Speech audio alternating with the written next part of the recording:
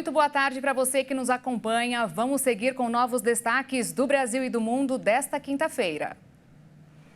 A Organização Mundial da Saúde pediu uma resposta urgente contra o efeito que o surto de sarampo no continente europeu pode ter em milhões de crianças depois de registrar o mais elevado número de casos em anos. 41 dos 53 países notificaram mais de 58 mil. Em comunicado, a OMS fez um alerta dizendo que os últimos números de 2023 representam um rápido aumento em comparação aos 3 anos anteriores e um risco para qualquer pessoa. São necessários esforços prolongados para prever que os casos continuem a aumentar em 2024. Quase metade dos que foram registrados corresponde a crianças menores de 5 anos, o que reflete o enorme impacto da pandemia de Covid-19 nos sistemas de saúde e a perda de rotinas de vacinação para doenças evitáveis. A prevenção do sarampo no mundo implica que 95% das crianças recebam 2 doses da vacina. A OMS lembra que, apesar de 33 países da Europa tenham conseguido eliminar o sarampo em 2022, essa conquista é frágil, uma vez que a importação de casos num contexto de aumento global é quase inevitável. O estado do Rio de Janeiro registrou a 5ª morte por dengue este ano. De acordo com a Secretaria de Saúde de Barra do Piraí, a vítima é uma mulher de 76 anos que morreu dia 9 de fevereiro. Os testes comprovaram a morte pela doença na tarde de ontem, mesmo dia que o governo decretou epidemia no estado. Cerca de 230 mil doses da vacina devem chegar na Central Geral de Armazenamento da Secretaria Estadual de Saúde, em Niterói, na região metropolitana, para serem distribuídas para os municípios, mas ainda não há datas de aplicação. Uma nova pesquisa científica desenvolveu um teste de sangue que pode prever o risco de ataque cardíaco até 6 meses antes da ocorrência. O estudo é recente, feito pela Universidade de Uppsala, na Suécia, e identificou biomarcadores sanguíneos específicos que podem servir como indicadores precoces. Com isso, um exame de sangue teria a capacidade de detectar o risco de ataque cardíaco até 6 meses antes da ocorrência. A pesquisa publicada este mês em uma revista especializada analisou amostras de 169 mil voluntários que não tinham histórico conhecido de doença cardiovascular. Os estudiosos ainda trabalham em um modelo que vai permitir que qualquer pessoa consiga oferecer dados para análise de risco, como altura, circunferência da cintura e níveis de colesterol, por exemplo.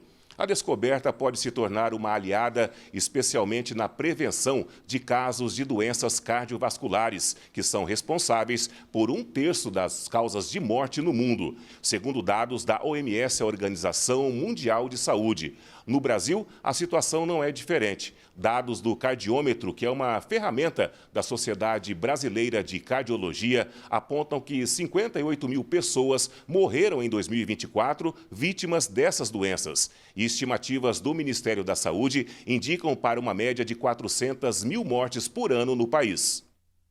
Depois de muitos anos adotando uma educação 100% digital, a Suécia está redescobrindo a importância dos livros físicos. E agora os alunos usam pela primeira vez livros impressos na sala de aula. Um dos países mais ricos do mundo adotava desde a década de 1990 uma estratégia massiva de informatizar os materiais didáticos e as aulas. Mas os resultados em provas de leitura e conselhos de órgãos de saúde fizeram o governo mudar a postura, demonstrando uma real preocupação com as implicações da ampla digitalização e o impacto da exposição precoce das crianças às telas. Foi notado que os alunos leem mais devagar, possuem um vocabulário menor e também compreendem menos o que leem no formato digital. Já nos livros impressos, alunos percebem a diferença no método de ensino. Há mais explicações do que no laptop, sem contar que a bateria não acaba. Apesar de saberem que o futuro é digital, professores querem ensinar sobre este mundo, orientando as crianças pelo caminho certo. E uma resolução propõe a instalação de canis e gatis em penitenciárias para, além da ressocialização de detentos, reduzir o tempo de penas para quem cuidar dos animais. A medida aprovada pelo Conselho Nacional de Política Criminal e Penitenciária estabelece a instalação de canil e gatil nos estabelecimentos penais. O projeto entrará em funcionamento na penitenciária de Tremembé 1 e no Centro de Detenção Provisória de Taubaté. O objetivo da proposta é qualificar os detentos para a reinserção no mercado de trabalho através de um curso técnico com certificado, possibilitando a atuação e contratação por empresas de diversos ramos, além de humanizar os sistemas de execução penal, já que, segundo especialistas, a convivência com animais pode representar vínculos afetivos saudáveis, trazendo, portanto, benefícios psicológicos aos detentos. Também é incluída no documento a redução da pena de acordo com os serviços prestados. Segundo o relator da proposta, Alexander Barroso, a medida vai beneficiar não só os privados de liberdade, mas também os animais abandonados, com alimentação, saúde e meio ambiente equilibrado, além da oferta de adoção para a população. Todos os animais serão vacinados, vermifugados e castrados pelo Centro de Controle de Zoonoses, ou órgão equivalente, estadual ou municipal, antes de serem enviadas às instalações. Vamos agora ao Minuto da Economia desta quinta-feira.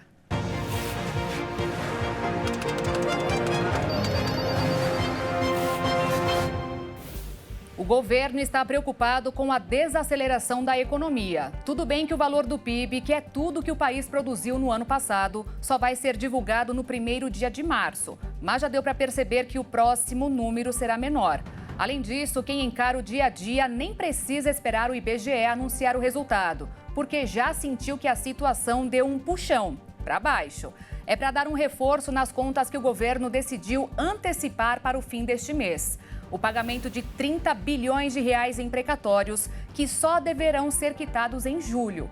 É aquela dívida que o consumidor já ganhou em todas as instâncias do judiciário, deixando a quem deve uma única alternativa, que é conjugar o verbo pagar.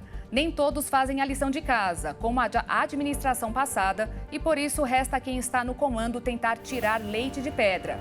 Como antecipar 30 bilhões em precatórios que poderão movimentar a economia com o aumento do consumo e da arrecadação. E a ministra do Planejamento, Simone Tebet, disse que será criada uma comissão para apresentar medidas que evitem que esse tipo de situação continue acontecendo no país. Uma das ideias é acelerar o pagamento de dívidas pequenas, que acabam sendo multiplicadas por 2 ou 3, com acréscimo de juros e multas. Se isso passar, quem gosta de dar calotes vai perder espaço. Foi divulgada hoje a sentença do ex-jogador da seleção brasileira, Daniel Alves, em Barcelona. Ele foi condenado a 4 anos e 6 meses de prisão por agressão e abuso sexual a uma mulher em 2022. Mas, segundo os advogados do atleta, pela lei espanhola, ele pode ser expulso do país para cumprir pena no Brasil e pode sair da cadeia em maio, quando 1/3 de sua pena estará cumprida. Alves está preso em prisão preventiva na Espanha há cerca de 1 ano e meio. A condenação de Daniel Alves pelo Tribunal de Barcelona chega apenas 2 semanas após o fim do julgamento. Foi a juíza Isabel Delgado que deu a ele a sentença de 4 anos e meio de reclusão, mais uma pena de liberdade supervisionada de 5 anos após o cumprimento da primeira sentença e mais 9 anos de afastamento da vítima, que ainda recebeu do ex-jogador uma indenização de 150 mil euros, o equivalente a 800 mil reais. Segundo a sentença, o tribunal aplicou ao jogador de futebol uma circunstância atenuante de reparação do dano, já que o valor foi depositado na conta do tribunal antes do julgamento para ser entregue à vítima, independentemente do resultado. E esse fato expressa, segundo o tribunal, uma vontade reparadora. O julgamento de Alves durou 3 dias e terminou no dia 7 de fevereiro, quando o jogador prestou depoimento. Na sessão, ele negou a agressão aos prantos. Enquanto isso, a defesa de Daniel pediu a liberdade condicional e a absolvição dele. Por outro lado, o Ministério Público Local pediu 9 anos de prisão e a defesa da vítima 12 anos de reclusão. Ao todo, a Justiça ouviu 28 testemunhas. A sentença diz que o tribunal considera provado que o acusado agarrou bruscamente a denunciante e a derrubou no chão, impedindo-a de reagir. Com isso, se configura o uso de violência no ato. O caso aconteceu na madrugada do dia 31 de dezembro de 2022, na Boate Sutton, em Barcelona, na Espanha. A defesa do ex-jogador ainda pode recorrer da decisão no Tribunal Superior de Justiça da Catalunha e no Supremo Tribunal da Espanha. Por enquanto, Daniel Alves segue preso. Todos os anos, a capital da Dinamarca, Copenhague, recebe centenas de pessoas que correm pela cidade durante a noite de inverno mais rigorosa do país.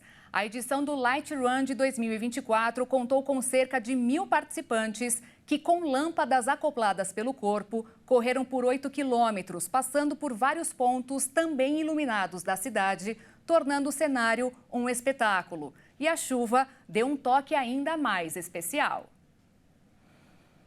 E eu fico por aqui, você acompanha mais notícias daqui a pouquinho no Jornal das 18h30 e também às 10 da noite tem mais notícias ao vivo para você. Te espero.